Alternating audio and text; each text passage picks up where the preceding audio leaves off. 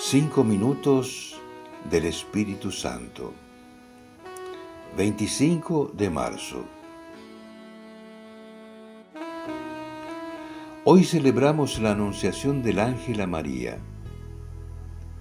Esto significa que estamos celebrando el momento en que el Hijo de Dios se hizo hombre en el vientre de la Virgen Santa.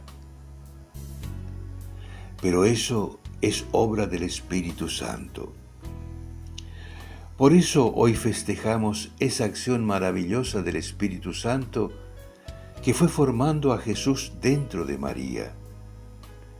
La encarnación del Hijo de Dios debería llevarnos a una tierna gratitud y a una profunda alabanza al Espíritu Santo por esa obra tan preciosa.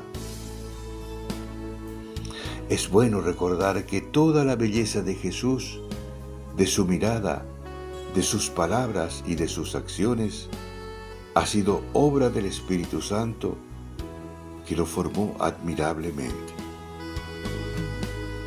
Por eso, nosotros podemos pedirle al Espíritu Santo que nos forme de nuevo en el seno de María para renacer a una vida mejor, transformados, embellecidos y liberados de todo lo que arruina nuestra existencia. De esa manera, Él nos hará nacer de nuevo más parecidos a Jesús. Autor: Cardenal Víctor Manuel Fernández.